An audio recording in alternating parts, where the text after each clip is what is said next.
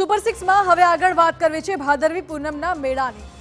અંબાજીમાં ભાદરવી પૂનમનો મેળો માતાજીના દર્શને ઉમટતા લાખો ભક્તો, લોકોની આસ્થાનું કેન્દ્ર।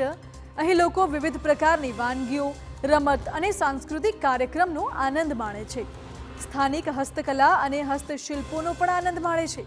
મેળામાં આવતા લોકો માટે પ્રસાદનું પણ અનેરું મહત્વ છે।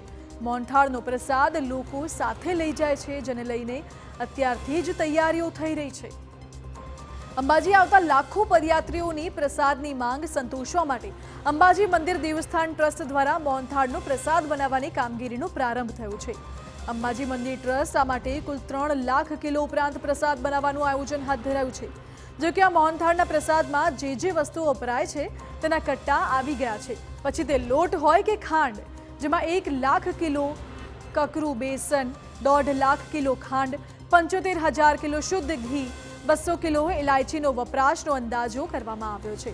જેમાંથી યાત્રિકોને અપાતા નાના મોટા 25 લાખ જેટલા પ્રસાદના પેકેટ તૈયાર કરવામાં આવશે।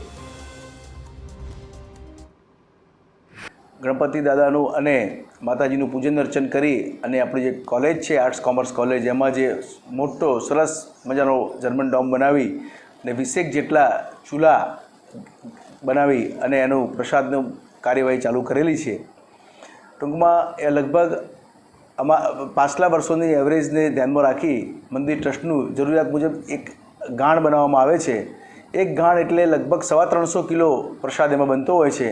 એમાં 75 કિલો ઘી, 100 કિલો બેસન, કરકરું બેસન, 150 કિલો જેટલી ખાંડ અને ઇલાયચી, આવી બધી એના ઇન્ગ્રીડિયન્ટ્સ વાપરી અને આપણે પ્રસાદ બનાવીએ છીએ।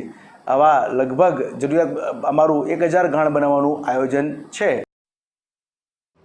મહત્વનું છે કે આ મેળા દરમિયાન રાઉન્ડ ધી ક્લોક પ્રસાદ બનાવવાની કામગીરી ચાલુ રહેશે, જેના માટે પુરવઠા વિભાગનો સ્ટાફ પણ પૂરતા પ્રમાણમાં ગોઠવવામાં આવ્યો છે। પૂરતા પ્રમાણમાં બધું જ સાધન સામગ્રી, પ્રસાદની ગુણવત્તાનું પણ ખાસ ધ્યાન રખાશે। ફાયર બ્રિગેડની ટીમ પણ હાજર રહેશે। અંબાજી મંદિરમાં રેગ્યુલર પ્રસાદ કેન્દ્રો ચાલુ છે તે તો ચાલુ જ રહેશે, પરંતુ તે સિવાય 14 જેટલા પ્રસાદ વિતરણ કેન્દ્ર પણ ઊભા કરવામાં આવશે।